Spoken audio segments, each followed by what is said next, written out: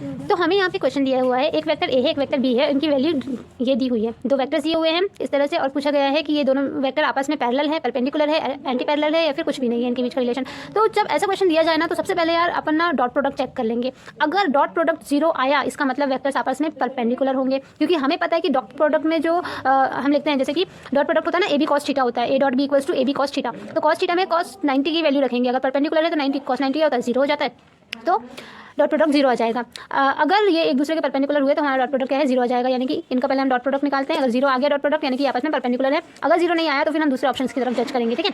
तो चलिए dot product निकालते हैं। तो A dot B equals to, dot product निकालने के लिए आपको करना होता है इनका मल्टीप्लिकेशन, और आई के साथ जब आप मल्टीप्लिकेशन करोगे तो 1 आएगा, प्लस माइनस ऑफ 5 इंटू 1, और ये हो गया जे कैप का, जे कैप के साथ मल्टीप्लिकेशन किया तो 1, प्लस माइनस का प्लस माइनस 3 इंटू प्लस 3, ठीक है, और के कैप के साथ में मल्टीप्लिकेशन किया तो आ गया 1।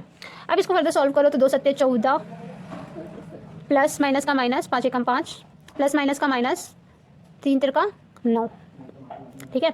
तो ए डॉट बी, इनका डॉट प्रोडक्ट आ रहा है as you guys can see 14 minus 14 equals to 0।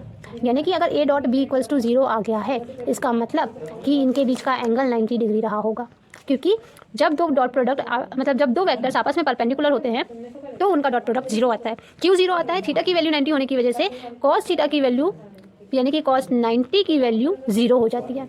इसकी वजह से A dot B equals to A B cos theta, इसकी वैल्यू पूरी 0 हो जाएगी। So that's how it's proof. So हमारा ऑप्शन कौन सा सही है? परपेंडिकुलर वाला सही है। ऐसे ही और वीडियोज़ के लिए बने रहिए।